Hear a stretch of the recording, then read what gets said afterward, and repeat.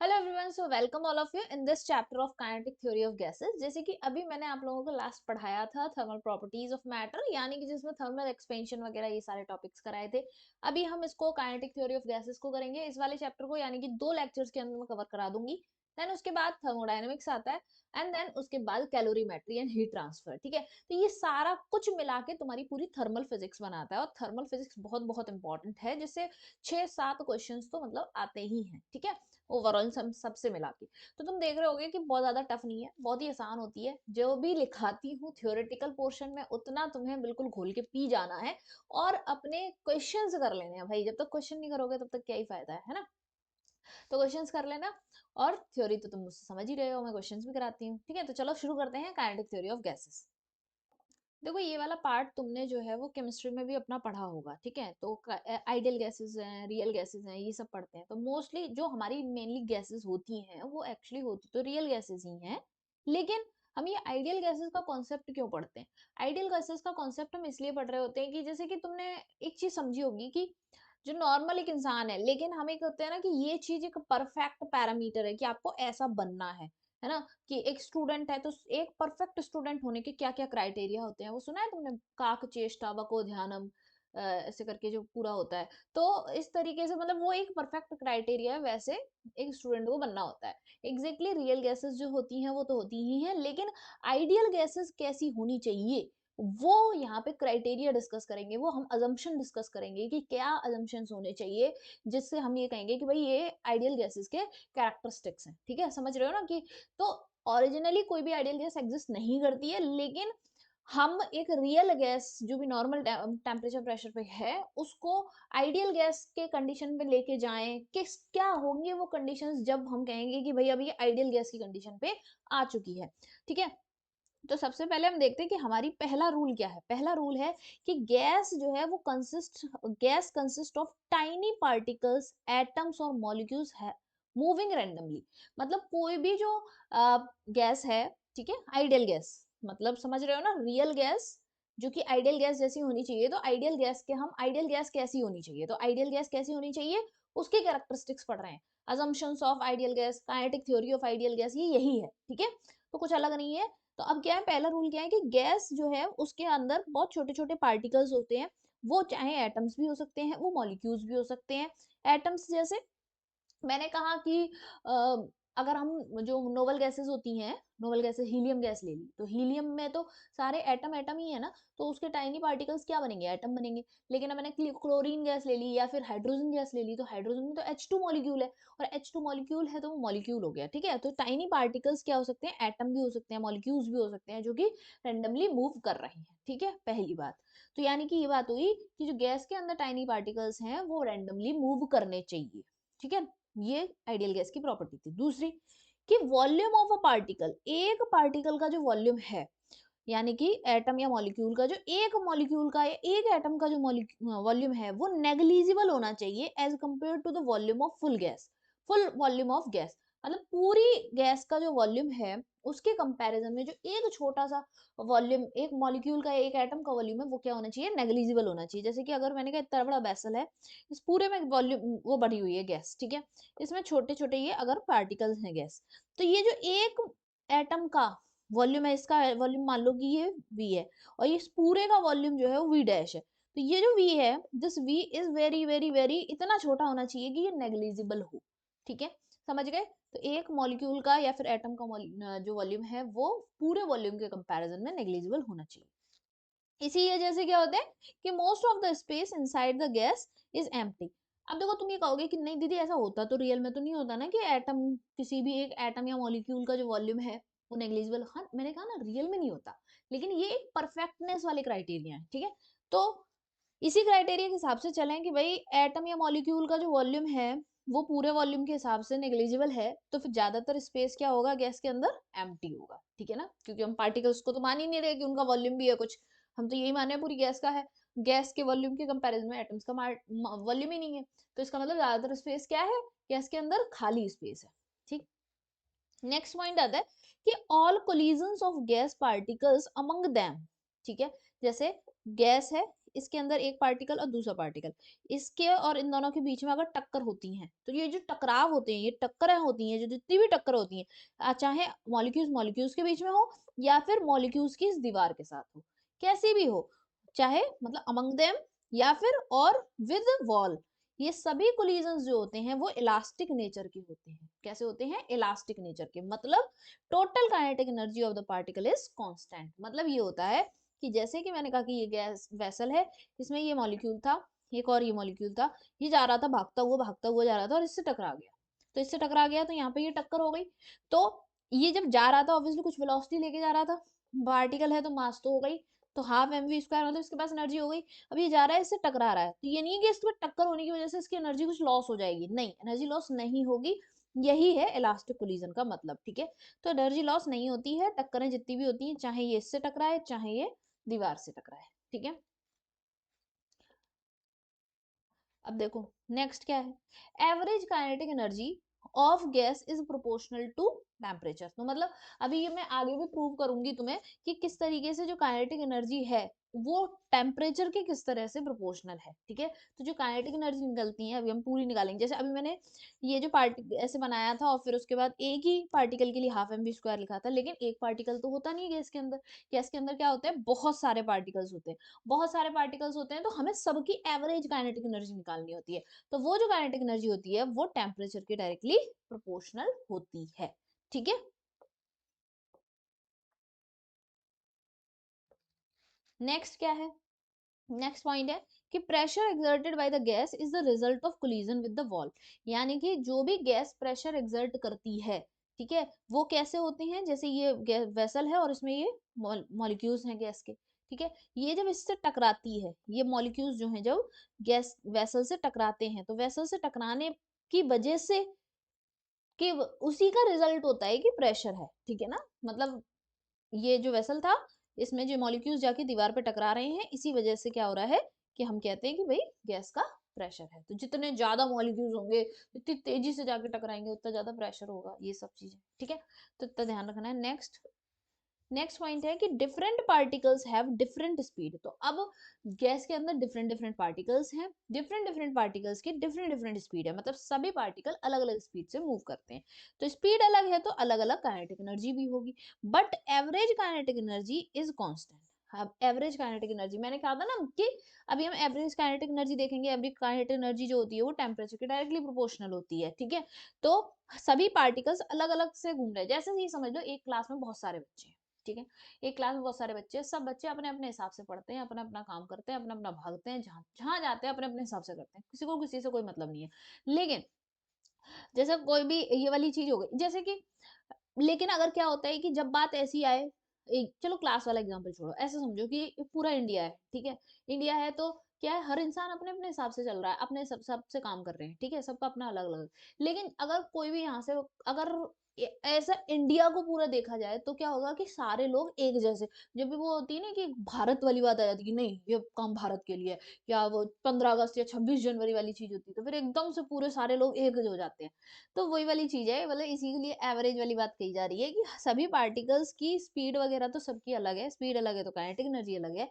लेकिन हम क्या करते हैं, हम कंसीडर कर रहे होते हैं एवरेज काइनेटिक एनर्जी। क्यों? क्योंकि हम एक एक की स्पीड याद नहीं कर पाएंगे ना, एक एक की काइनेटिक एनर्जी हम कैलकुलेट नहीं कर पाएंगे, ना ही उसके हिसाब से कुछ काम कर पाएंगे। इसीलिए हम क्या देखते हैं, टोटल काइनेटिक एनर्जी। टोटल मतलब एवरेज सभी पार्टिकल्स के हिसाब से, ठीक है, जो कि कांस्टेंट होती है, कांस्टेंट टेम्परेचर पे। क्यों कांस्टेंट टेम्परेचर पे? क्योंकि वो टेम्परेचर पे डिपेंड करती है, डायरेक्टली प्रोपोर्शनल होती है। टेम्परेचर बढ़ेगा तो एवरेज काइनेटिक एनर्जी भी बढ़ेगी, ठीक है। चलो, तो ये थे हमारे काइनेटिक थ्योरी ऑफ गैसेस के सारे रूल्स रेगुलेशन, जो कि तुम्हें पता होने चाहिए, ठीक है। तो एक दो बार इनको पढ़ लोगे तो अच्छे से तुम्हें याद हो जाएंगे, तो इन्हें समझ के करना, क्योंकि इनसे स्टेटमेंट बेस्ड क्वेश्चन बन सकते हैं, ठीक है।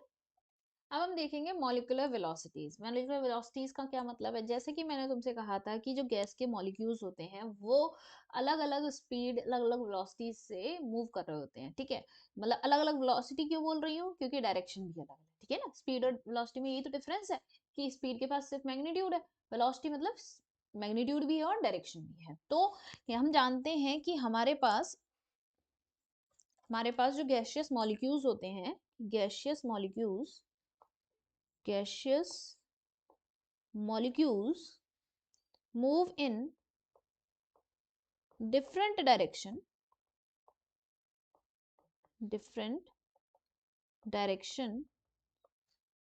with different velocities, ठीक है, different velocities, तो अलग अलग velocities से ये मूव करते हैं।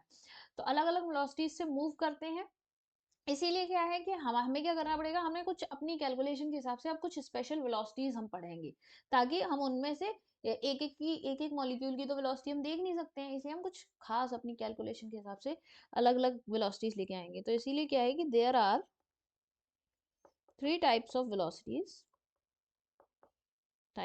वेलोसिटीज, बहुत इंपॉर्टेंट है ये, ठीक है। Three types of velocities based on calculations, अलग अलग कैलकुलेशंस के अकॉर्डिंग अलग अलग हैं। तो नंबर वन पहली क्या आती है मेरे पास, पहली आती है एवरेज वेलोसिटी। एवरेज वेलोसिटी, तो एवरेज का मतलब समझते हो ना, एवरेज का मतलब तो बहुत ही आसान है, आपके पास जो भी है, जो भी डेटा है बहुत सारे, उन सबको ऐड करो और जितना है उतने से डिवाइड कर दो, तो क्या होता है कि it is the mean of, it is mean of arithmetic mean, है ना, अर्थमेटिक मीन वर्ड यूज करना चाहिए एग्जैक्टली मुझे, arithmetic mean, arithmetic mean of velocities of different molecules, ठीक है, different molecules। तो जैसे कि मैंने कहा कि भाई अगर ये एक मॉलिक्यूल है, ये एक मॉलिक्यूल है, ये मॉलिक्यूल है, ये मॉलिक्यूल है, ये इधर जा रहा है V1 से, ये इधर जा रहा है V2 से, ये इधर जा रहा है V3 से, और ये इधर जा रहा है V4 से, ठीक है। सबकी अलग अलग हो गई, वेक्टर बना दें भाई, वेलोसिटी की बात कर रहे हैं तो,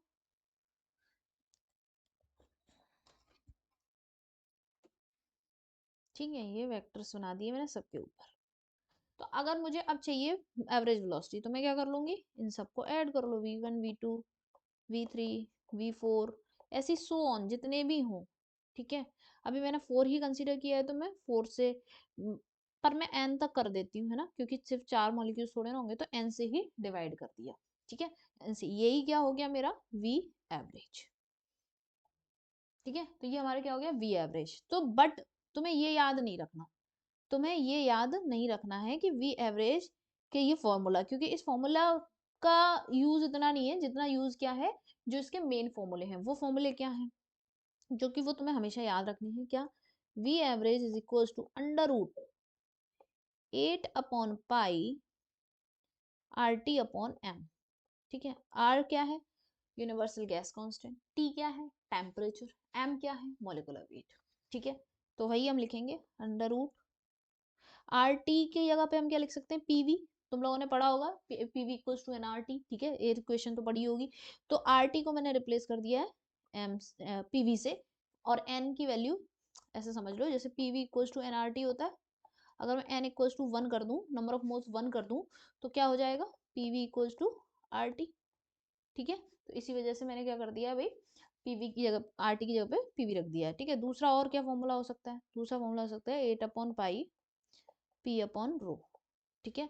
तो यानी कि हमने क्या किया है, तुम देख सकते हो मास अपॉन वॉल्यूम क्या हो जाएगा, ये यहाँ पे ये मास है, ठीक है, मास अपॉन वॉल्यूम, ठीक, मास अपॉन वॉल्यूम क्या हो जाएगा, डेंसिटी, और उसी चीज को मैंने यहाँ पे डेंसिटी लगा दिया है, ठीक। तो इस तरह से हमने ये एक ही इस तरह, देखो ये हमें डिटेल में नहीं जाना कि कैसे इसका डेरिवेशन आया था, तो मैंने हमेशा मैं ये कहती हूँ, जिस चीज के डेरिवेशन की जरूरत होती है उस चीज को पढ़ाती हूँ, जिसकी नहीं जरूरत होती है उसको नहीं पढ़ने की जरूरत ही नहीं है, ठीक है। तो बस इतना ही समझना है, एम क्या है यहाँ पे, मोलिकुलर वेट, मोलिकुलर मास, है ना, molecular mass of the gas, ठीक। नेक्स्ट देखते हैं, नेक्स्ट है हमारी रूट मीन स्क्वायर वेलोसिटी, ठीक है। तो रूट मीन स्क्वायर वेलोसिटी इसके नाम से ही क्लियर हो रहा है, इसमें तुम्हें पता है कैसे जाना है, पीछे से चलना है, मतलब तुम्हें इस डायरेक्शन में नहीं बढ़ना है, तुम्हें क्या करना है, उल्टा बढ़ना है, ठीक है। तो कैसे बढ़ोगे, जैसे मैंने कहा ना कि हमारे पास कई सारे मॉलिक्यूल्स हैं ये, ठीक है, ये मॉलिक्यूल्स हैं, ये V1 से जा रहा है, ये V2 से जा रहा है, ये V3 से जा रहा है, और ये V4 से जा रहा है, ठीक है। तो इस तरह मेरे पास ये मॉलिक्यूल्स हैं। तो पहले क्या करना है, तो सबसे पहले तुम्हारे पास वेलोसिटीज, तो ये वेलोसिटीज आ गई तुम्हारे पास, ठीक है। अब तुम दूसरा काम क्या करोगे, इनका स्क्वायर करोगे, ठीक है। तो क्या करोगे इनका स्क्वायर, ठीक है। तो हम क्या कर लेंगे भाई, v1 square plus v2 square, plus नहीं कर रहे हैं अभी, सिर्फ स्क्वायर करेंगे, v2 स्क्वायर, v3 स्क्वायर और v4 स्क्वायर, ठीक। फिर क्या लिखा है, मीन। मीन यानी कि वही अर्थमेटिक मीन। अर्थमेटिक मीन कैसे निकालते हैं, सबको ऐड कर दो, जितने हैं उतने से डिवाइड कर दो, 4 हैं तो 4 से डिवाइड कर दिया, 5 होते 5 से डिवाइड कर देते। फिर उसके बाद रूट लिखा है तो यानी कि अंडर रूट कर देंगे, ठीक है, under root equals to V R M S. Okay, लेकिन फिर से अगेन वही बात आ जाती है कि ये इंपॉर्टेंट नहीं है। इंपॉर्टेंट क्या है, इंपॉर्टेंट है इसका जो main formula, V R M S का फॉर्मूला होता है अंडर रूट 3 RT/m, 3 RT/m। अब देखो RT को क्या रिप्लेस कर सकते हो, PV से, 3 PV/m, ठीक है। m अपॉन v है ये जो m अपॉन v, इसको किससे रिप्लेस कर सकते हो, ये 3 p रहने दो और नीचे रो लगा दो, ठीक है। बस इतना सही काम करना है और इसी को तुम्हें याद रखना है, ये फॉर्मूले तुम्हें याद होने चाहिए, ठीक है। यहाँ पे m क्या है, मॉलिक्यूलर वेट, सॉरी वेट निकल जाता है, मॉलिक्यूलर मास वर्ग वेट जैसा भी मन करे बोल लो। फिर उसके बाद रो क्या है, डेंसिटी, ठीक है। ओके, p प्रेशर है, v वॉल्यूम है, तो p प्रेशर है, ऊपर लिखा नहीं है, सेम ही बात है, ठीक है। v वॉल्यूम है, r यूनिवर्सल गैस कांस्टेंट है, यूनिवर्सल गैस कांस्टेंट है, कांस्टेंट, ठीक। और T टेम्परेचर, ये सेम चीज ऊपर भी है यही, ठीक है। यही नीचे लिख दिया, ऊपर कम स्पेस था इसलिए मैंने नीचे लिख दिया, यहाँ पर सेम चीज है, इसमें भी अप्लाइड है। रूट मीन स्क्वायर हो गया, देन उसके बाद आता है most probable velocity. What is most probable velocity, नाम से ही पता चल रहा है, मोस्ट प्रोबेबल, ज्यादा इसकी प्रोबेबिलिटी हो, यानी कि the velocity possessed by, the velocity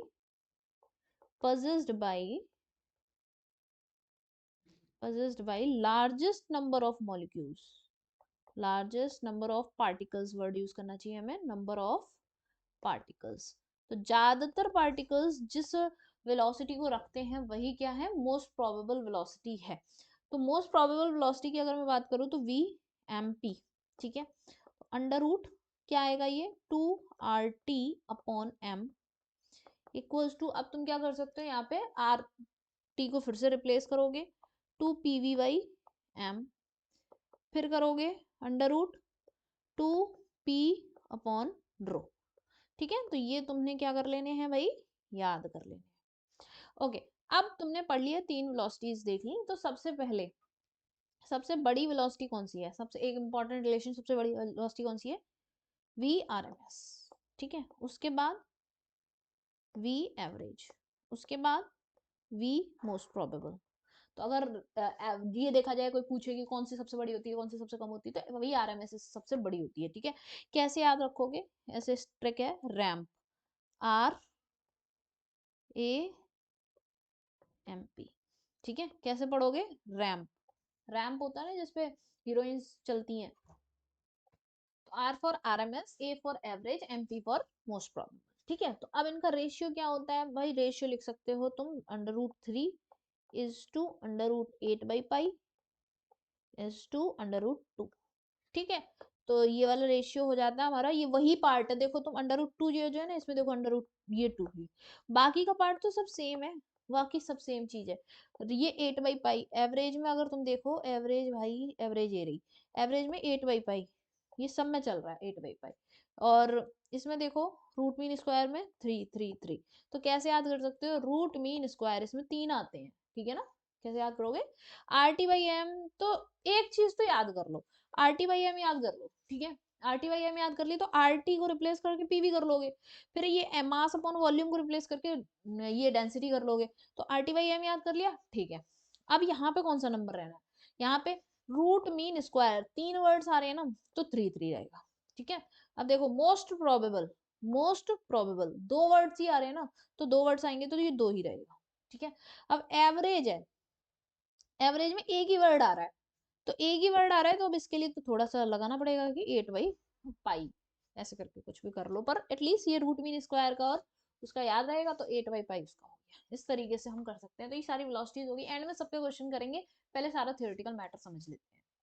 अब हमको पढ़ना है कि pressure of an ideal gas का प्रेशर कैसे कैलकुलेट करेंगे। तो देखो सबसे पहले तुम्हें क्या समझना है, जैसे मैंने कहा कि भाई मेरे पास ये एक वेसल है, ठीक है, इसका वॉल्यूम है V, क्या है वॉल्यूम, ओके, इसके अंदर पार्टिकल्स हैं, क्या n नंबर ऑफ पार्टिकल्स है, क्या है n नंबर ऑफ पार्टिकल्स। अच्छा, स्मॉल m क्या है, mass of each particle, her particle का जो मास है, मतलब ईच पार्टिकल या फिर वन मॉलिक्यूल लिख दूं, वन पार्टिकल है ना, वन पार्टिकल का मास क्या है, स्मॉल m, ठीक। और उसके बाद हमने कहा कि भाई ये तीन चीजें हो गई। अब मैंने कहा कि मुझे बताओ कि इनकी, अब ये जो मॉलिक्यूल्स होंगे ये दीवार से जब टकराएंगे, ये दीवार से टकराएंगे तभी तो उसी की वजह से तो हमें प्रेशर फील होगा। तो वो जो प्रेशर होगा उसका फॉर्मूला क्या होगा, क्योंकि देखो तुम्हें डेरिवेशन नहीं करना अगेन, तो तुमने क्या समझना है भाई, प्रेशर का फॉर्मूला क्या होगा, तो P is equal to 1/3,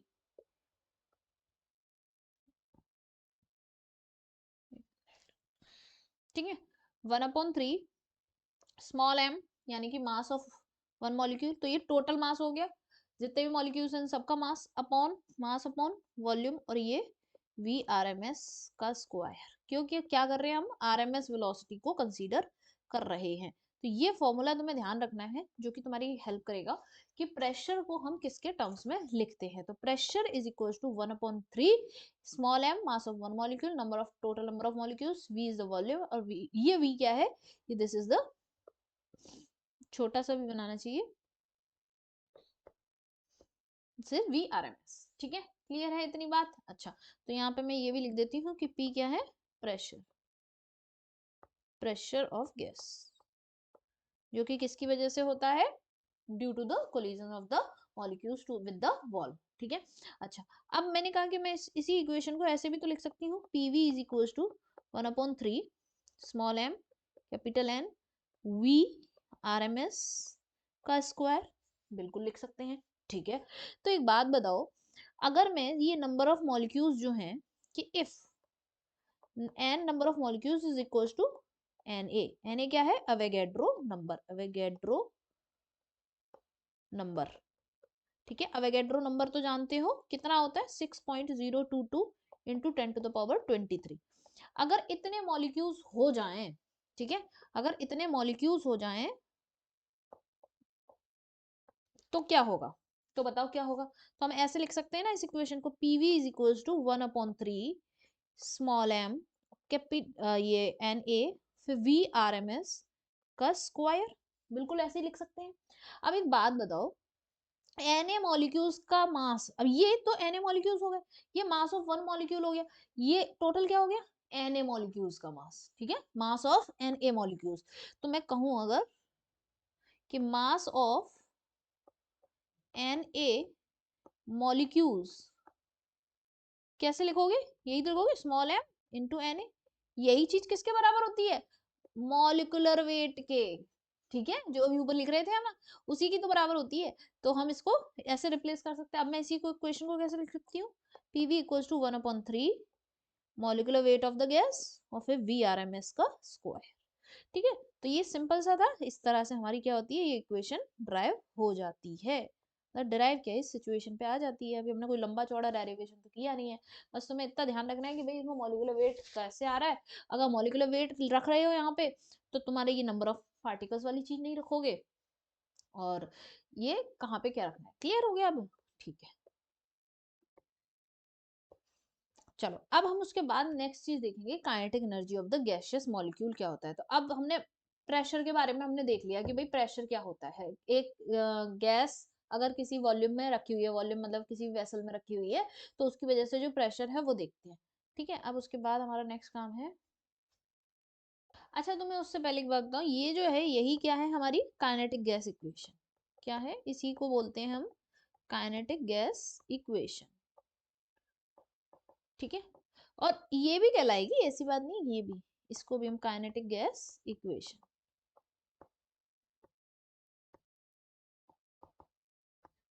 okay, clear है, यही हमारी काइनेटिक गैस इक्वेशन है। तो according to the kinetic gas equation, इसी को यूज करते हुए हम काइनेटिक एनर्जी निकालेंगे। ठीक है, according to kinetic gas equation,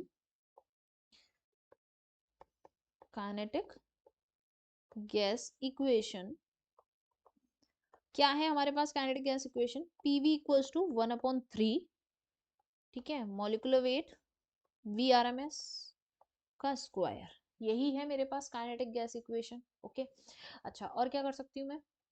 अब मैं ऐसा करती हूँ, मुझे काइनेटिक एनर्जी चाहिए, तो मैं 2 और 2 का ऊपर नीचे मल्टीप्लाई कर देती हूँ, इससे कुछ नहीं बदलेगा।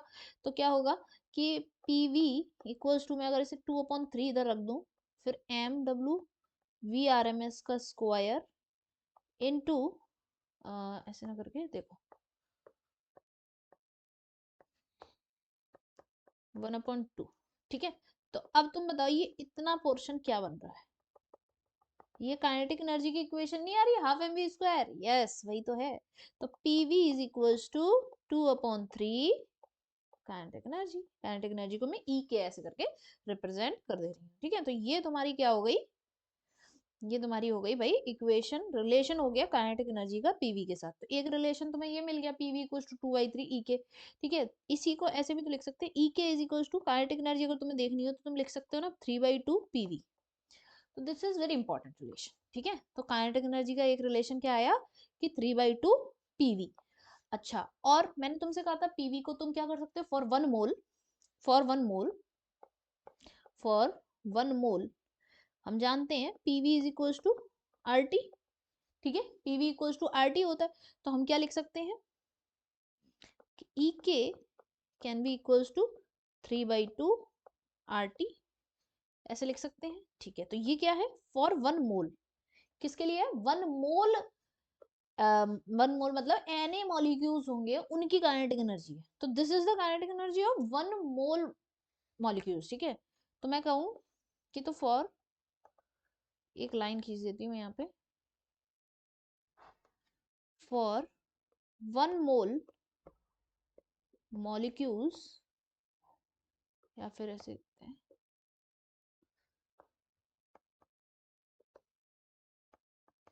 Kinetic energy for one mole molecules कितना आ रहा है? यही 3/2 आर टी, ठीक है, ये आ रहा है। अब मैं कहूँ कि kinetic energy of one molecule, kinetic energy for one molecule, अब ये कैसे करोगे? अब एक बात बताओ, ये वापस से इधर चलते हैं, वन मोल मॉलिक्यूल का मतलब क्या था? ये जैसे काइनेटिक एनर्जी ऑफ लिख दूं मैं, चलो एक्चुअली कुछ वर्ड्स का बहुत बड़ा खेल होता है, मैं ऑफ लिख रही हूँ ना तो थोड़ा सा मुझे ऐसा लग रहा है कि अच्छा फील आ रहा है अच्छा फील का मतलब ये है कि इजी लग रही है लैंग्वेज। मतलब एक मोल मॉलिक्यूल्स की तुम्हारी काइनेटिक एनर्जी ये, एक मोल मॉलिक्यूल का मतलब क्या हो गया? एक मोल मॉलिक्यूल का मतलब ये हो गया है कि kinetic energy of N A molecules कितनी है? कितनी है ये? इक्वल्स टू 3/2 आर टी, ठीक है, 3/2 आर टी। लेकिन अब मैं तुमसे कह रही हूं, ये तो तुमने एक चीज पढ़ ली,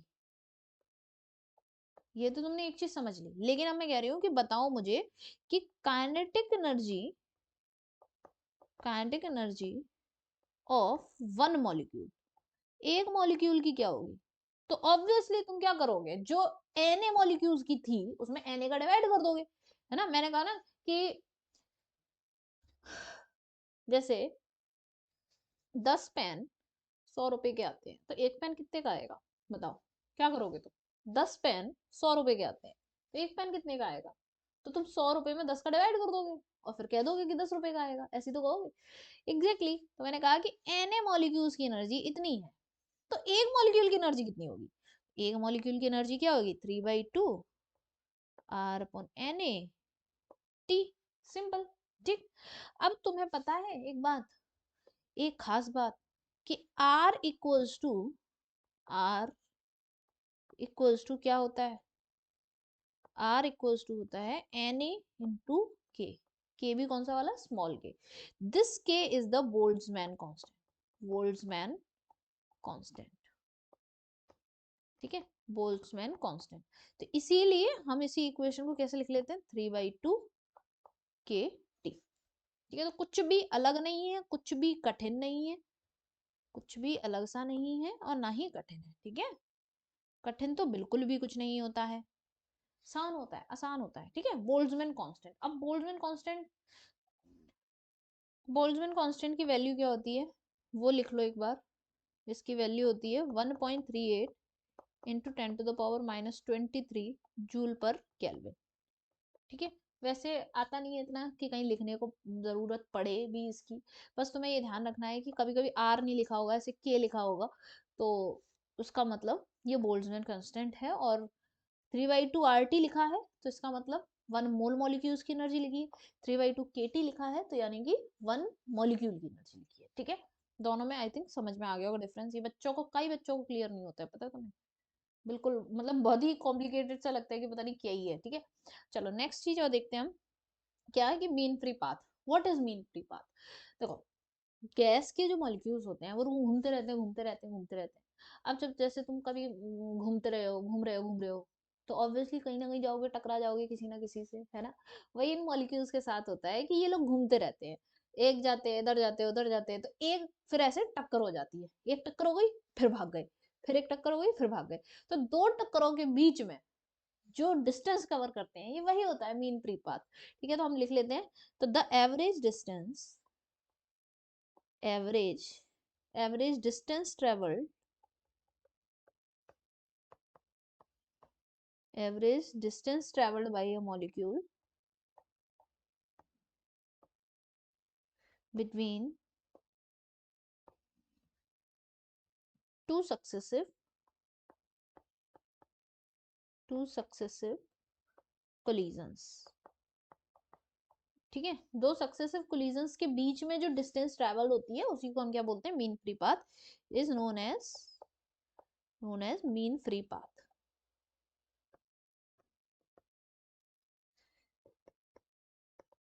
अच्छा, तो मीन फ्री पाथ का फॉर्मूला, बस इसका फॉर्मूला इंपॉर्टेंट है क्योंकि इस पे बेस्ड जैसे क्वेश्चन अगर आता है ना तो वो बस ऐसे आता है कि प्रोपोर्शनैलिटी वगैरह, या फिर फर्स्ट क्वेश्चन देख लेना एक बार, पीवाईक्यू में दिया हुआ है ऐसे, बहुत ही आसान सा क्वेश्चन। एक्चुअली मैं अपने लेक्चर में पता है पीवाईक्यू क्यों नहीं रखती, क्योंकि पीवाईक्यू आर द क्वेश्चंस जो कि आसानी से मतलब आपको मतलब ये हो ही जाने हैं, आराम से कवर हो ही जाता है। मतलब पीवाईक्यू आप ये लिया और पीवाईक्यू कर लिया, मैं इसलिए और अदर क्वेश्चन करा रही होती हूँ क्योंकि अगर तुम सिर्फ पीवाईक्यू करोगे तो फिर और क्वेश्चंस तक तुम्हारी रीच नहीं बन पाएगी, ठीक है। तो मेरा प्लान ये है कि मैं सेपरेटली सभी चैप्टर वाइज पीवाईक्यू सीरीज करूंगी, अभी नहीं, पहले ये सारा सिलेबस कंप्लीट हो जाए उसके बाद, ठीक है। इसीलिए मैं नहीं रखती, क्योंकि पीवाईक्यू तो आप लिया कि हाँ भाई यहाँ पे पीवाईक्यू तो है ही, ये तो करना ही करना है, समझ रहे हो ना, वो तो होता है कि भाई ये तो करना ही करना है, लेकिन उसके अलावा अगर तुम क्लास में भी पीवाईक्यू ही करोगे और अदर क्वेश्चंस पे रीच नहीं बनेगी तो फिर तुम्हारी अदर क्वेश्चंस के लिए ना तक तुम पहुंच नहीं पाओगे, ठीक है। इसीलिए मेरा कोशिश होती है कि मैं तुम्हारे यहाँ पे थोड़े से डिफरेंट क्वेश्चंस कराऊं।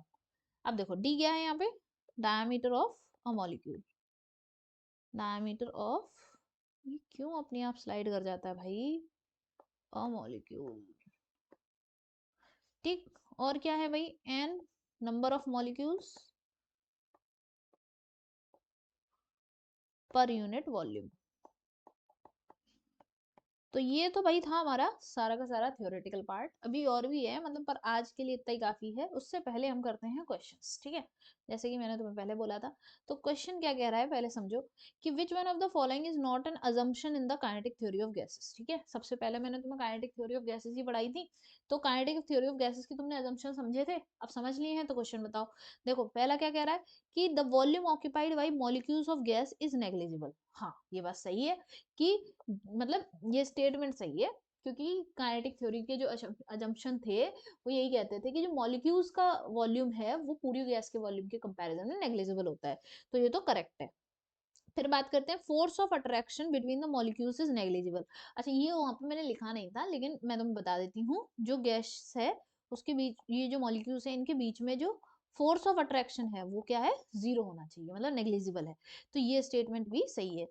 अब उसके बाद collision between the molecules are elastic, ये भी सही है, तो इसका मतलब ये भी मतलब ये सही है, पर क्वेश्चन तो हमसे पूछ रहा है ना कौन सा असम्पशन नहीं है। फिर लास्ट वाला कह रहा है कि all molecules have same speed, नहीं ये गलत है, क्यों, क्योंकि डिफरेंट स्पीड होती है, डिफरेंट स्पीड। तो देख रहे हो तुम कैसा कैसा क्वेश्चन बन रहा है यहाँ से, मतलब स्टेटमेंट बेस्ड क्वेश्चन बन रहा है, ठीक है। चलो अब उसके बाद कि a closed vessel is maintained at constant temperature, closed vessel है, क्लोज वेसल है, उसके अंदर कुछ भी मटेरियल होगा, गैस वैस होगी, उसको कांस्टेंट टेम्परेचर पे रख रखा है, ठीक है। It is first evacuated and then vapour is injected into it continuously, the pressure of the gas in the vessel क्या होगा। देखो सबसे पहले क्या हो रहा है यहाँ पे, तो यहाँ पर हो क्या रहा है कि पहले वही कर रहा है कि पहले इवैक्यूएट कर दिया है। इवैक्यूएट का मतलब है कि ये जो वेसल था, है ना, बंद था, ठीक है, ये बंद वेसल था, तो इसमें से पहले तो बिल्कुल वैक्यूम क्रिएट कर दिया, ठीक है, अब इसमें से सब कुछ बाहर निकाल दिया और वैक्यूम क्रिएट कर दिया, वैक्यूम क्रिएट कर दिया। अब उसके बाद क्या कर रहे हैं, ये धीरे धीरे इसके अंदर गैस को डाल रहे हैं, गैस भर रहे हैं इसके अंदर, ठीक है। तो जब जैसे जैसे गैस भरेंगे तो क्या होगा, पर पहले धीरे धीरे गैस के मॉलिक्यूल्स आना शुरू होंगे, आएंगे आएंगे आएंगे, ठीक है। तो इसका मतलब वॉल्यूम इनका बढ़ेगा, पहले वॉल्यूम क्या होगा, यहाँ से आते हुए पूरे में बिखरना शुरू करेंगे तो वॉल्यूम बढ़ेगा, तो वॉल्यूम बढ़ेगा। अब हम जानते हैं प्रेशर का फॉर्मूला क्या था, pressure is equal to 1/3 m n v square upon volume, ठीक है। तो यानी कि मेरा क्या है कि वॉल्यूम पर डिपेंड कर रही है प्रेशर, ठीक है। तो वॉल्यूम अगर पहले 1 मिनट, एक्चुअली मैंने क्या बोला, यहाँ पे ये जो वेसल था, ठीक है, ये जो वेसल था इसमें हमने गैस डालना शुरू किया, तो बढ़ क्या रहा है गैस, ये जो वेसल था ये वॉल्यूम है, क्योंकि गैस का वॉल्यूम वही होता है जो वेसल का वॉल्यूम होता है, ठीक है। ये बात समझ में आ गई, गैस का वॉल्यूम वही होता है जो गैस वेसल का वॉल्यूम होता है। तो ये वेसल का वॉल्यूम तो फिक्स है ना, ठीक है, वेसल का वॉल्यूम फिक्स है, तो जैसे जैसे हम गैस को अंदर डाल रहे हैं तो क्या चीज बढ़ रही है, वॉल्यूम नहीं बढ़ रहा, एक्चुअली मैंने तब थोड़ा सा गलत बोल गया, वॉल्यूम नहीं बढ़ रहा, तो क्या बढ़ रहे हैं, नंबर ऑफ मॉलिक्यूल्स बढ़ रहे हैं। तो यहाँ पे से ये वॉल्यूम हटाओ, है क्या चीज बढ़ रही है, नंबर ऑफ मॉलिक्यूल्स, यानी कि नंबर ऑफ मॉलिक्यूल्स बढ़ेंगे तो प्रेशर भी बढ़ेगा, तो नंबर ऑफ मॉलिक्यूल्स बढ़ेंगे तो प्रेशर भी बढ़ेगा, ठीक है। फिर उसके बाद कुछ टाइम तक तुम भरते जा रहे हो, लेकिन एक टाइम बाद आके क्या होगा, जब स्टॉप जाएगा देन क्या होगा कि अल्टीमेटली कांस्टेंट, ठीक है। तो धीरे धीरे जब तक क्या कर रहे हैं, जब तक हम मॉलिक्यूल्स को बढ़ा रहे होंगे तब तक प्रेशर बढ़ेगा, फिर उसके बाद जाके क्या हो जाएगा, कांस्टेंट हो जाएगा, ठीक है। तो first increases then becomes constant. चलो नेक्स्ट क्वेश्चन देखते हैं कि एक वेसल है जिसके अंदर 1 मोल ऑफ O2 गैस है, ठीक, at constant at temperature T, the pressure of the gas is P, an identical vessel containing 1 mole of helium gas at temperature 2T, तो बताना है प्रेशर क्या होगा, ठीक है। अब तुम देखो इसमें डेटा क्या क्या दिया है, तुम्हें प्रेशर और टेम्परेचर के बारे में बात कर रहा है, मतलब ऑक्सीजन के टेम्परेचर दिया है T और प्रेशर दिया है P, ठीक है। दूसरी हीलियम गैस है, उसका टेम्परेचर दिया है और प्रेशर पूछा है, तो टेम्परेचर प्रेशर की बातें कर रहा है ये। तो काम करते हैं इन सबको थोड़ा सा, अब तुम देखो इधर, तुमने इक्वेशन पढ़ी है कौन सी, PV इक्वल्स टू nRT, ठीक है, nRT। अब तुम देखो कि दोनों ही केस में इसके भी नंबर ऑफ मोल्स क्या है 1 मोल और इसके भी मोल्स क्या है 1 मोल, तो नंबर ऑफ मोल्स दोनों के सेम हो गए, तो इसे हटा दो, ठीक है। फिर उसके बाद अल्टीमेटली वॉल्यूम की बात हमसे की नहीं है, एक ही वेसल की बात करिए। यहाँ देखो, यहाँ पे लिखा है ना कि एक वेसल है जिसमें O2 गैस है, फिर एन आइडेंटिकल वेसल, तो आइडेंटिकल वेसल है तो इसका मतलब वॉल्यूम भी सेम हो गया, तो वॉल्यूम भी हटा दिया, तो आर आर तो भाई कांस्टेंट ही है, इसको भी हटा दो, तो अल्टीमेटली प्रेशर जो हो गया वो मेरा P is directly proportional to T, ये वाली कंडीशन आ गई, प्रेशर और टेम्परेचर की कंडीशन आ गई, P is directly proportional to T, ठीक है। हम कैसे लिख लेंगे, P1/P2 is equal to T1/T2। तो पहले प्रेशर क्या था P, बाद में P डैश निकालना है, पहले टेम्परेचर T था, दूसरा टेम्परेचर 2T, तो P dash will be equal to 2P, ठीक है। तो सिंपल है ये वाला, P dash is equal to 2P, तो C is the correct answer, C is the correct answer, ठीक है। चलो नेक्स्ट देखो, थोड़ा सा कभी कभी एकदम से मतलब जिस स्क्रीन पे मैं यहाँ लिख रही हूँ उससे थोड़ा सा लेट रिफ्लेक्ट हो रहा है, वहाँ पे नेटवर्क इशू हो जाता है इस वजह से। चलो समझ जाओ बस तुम, मैक्सवेल डिस्ट्रीब्यूशन इज वैलिड, तो VP denotes the most probable speed, V average denote the average speed, VRMS denotes the root mean square, तो रिलेशन बताना है, ठीक है। तो देखो तुम जरा कौन सी सबसे बड़ी होती है, मैंने बताया था रैंप, तो देखो यहाँ पे ये VP को बड़ा बता रहा है या V एवरेज को, तो ये दोनों गलत हो गए, ठीक है। सबसे बड़ी R वाली, R एवरेज वाली, R सॉरी रैंप है ना, तो रैंप यानी कि R for root mean square, ठीक है, तो ये बड़ी होगी, फिर उसके बाद A, फिर ये P, यानी कि C is the correct answer, ठीक है।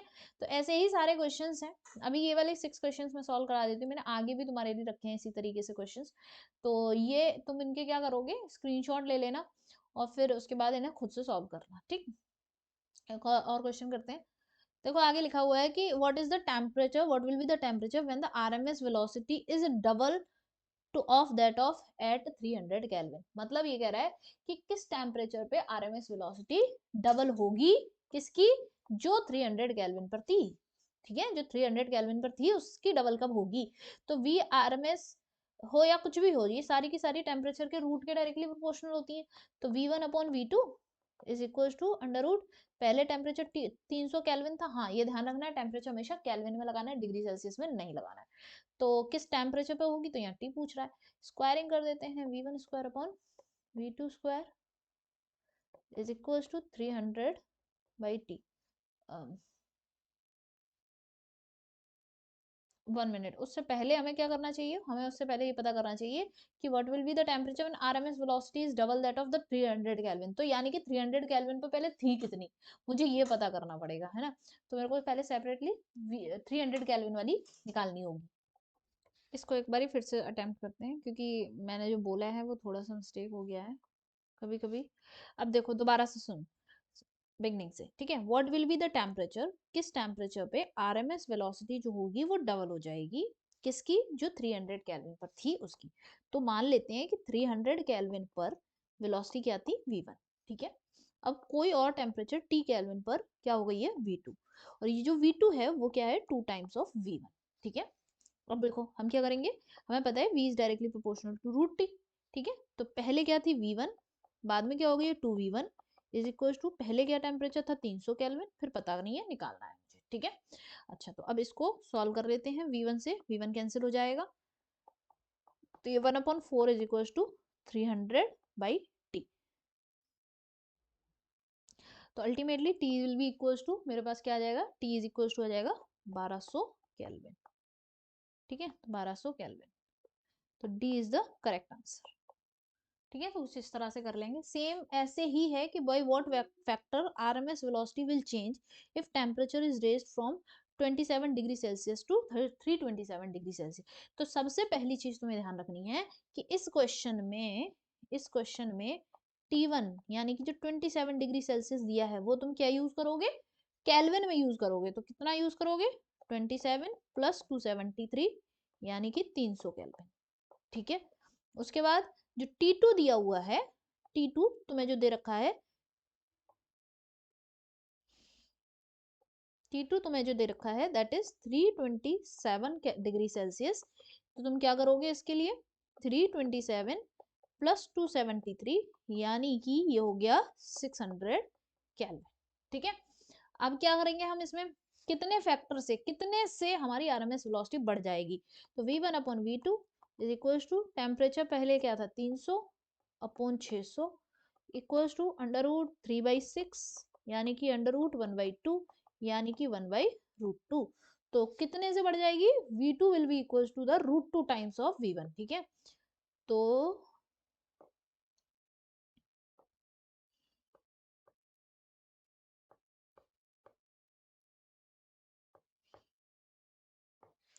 ठीक है, तो हमारा हो गया कि V2 is equal to √2 times of V1।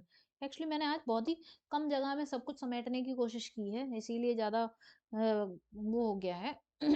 तो √2 टाइम्स हो जाएगा, ए इज द करेक्ट आंसर, ठीक है। समझ गए। आगे के क्वेश्चन जो हैं ये इनके कर लेना, स्क्रीनशॉट ले लेना भाई, ये इसका स्क्रीनशॉट ले लेना, ये 7 8 10। फिर उसके बाद ये वाला क्वेश्चन है 11 से लेके 14 तक, ताकि तुम इस पे बेस्ड क्वेश्चन कर पाओ, ठीक है। ये वाले क्वेश्चन है तो इसको करने हैं, देन ये वाले भी हैं, मतलब जितना पढ़ाया है उतने पे बेस्ड हैं ये सारे के सारे, ठीक। फिर उसके बाद इन सबके आंसर्स का वो मैंने यहाँ पे पेस्ट कर दिया है, तो इसको भी देख लेना। तो अल्टीमेटली तुम इससे अपने क्वेश्चन प्रैक्टिस कर लेना, ठीक। चलो that's it for the lecture, बाकी हम नेक्स्ट में कवर कर लेंगे। और थोड़ा सा मैशी हो गया, कोई बात नहीं है, चल जाता है इतना तो, है ना। यहाँ पे जल्दी जल्दी कभी कभी करते हैं ना, जल्दी जल्दी करते हैं कि हाँ जल्दी जल्दी सॉल्व करते हैं जल्दी जल्दी, तो उसकी वजह से कुछ का कुछ हो जाता है। तो यही वाला हो गया था अभी मेरे साथ इस 5th क्वेश्चन नंबर में। तो आई होप कि तुम समझ लोगे। कि हो जाता है। ठीक है, चलो bye bye, till then keep solving the questions and keep solving the questions and like share और अपना कमेंट जरूर छोड़ के जाना। ठीक है, चलो बाय बाय।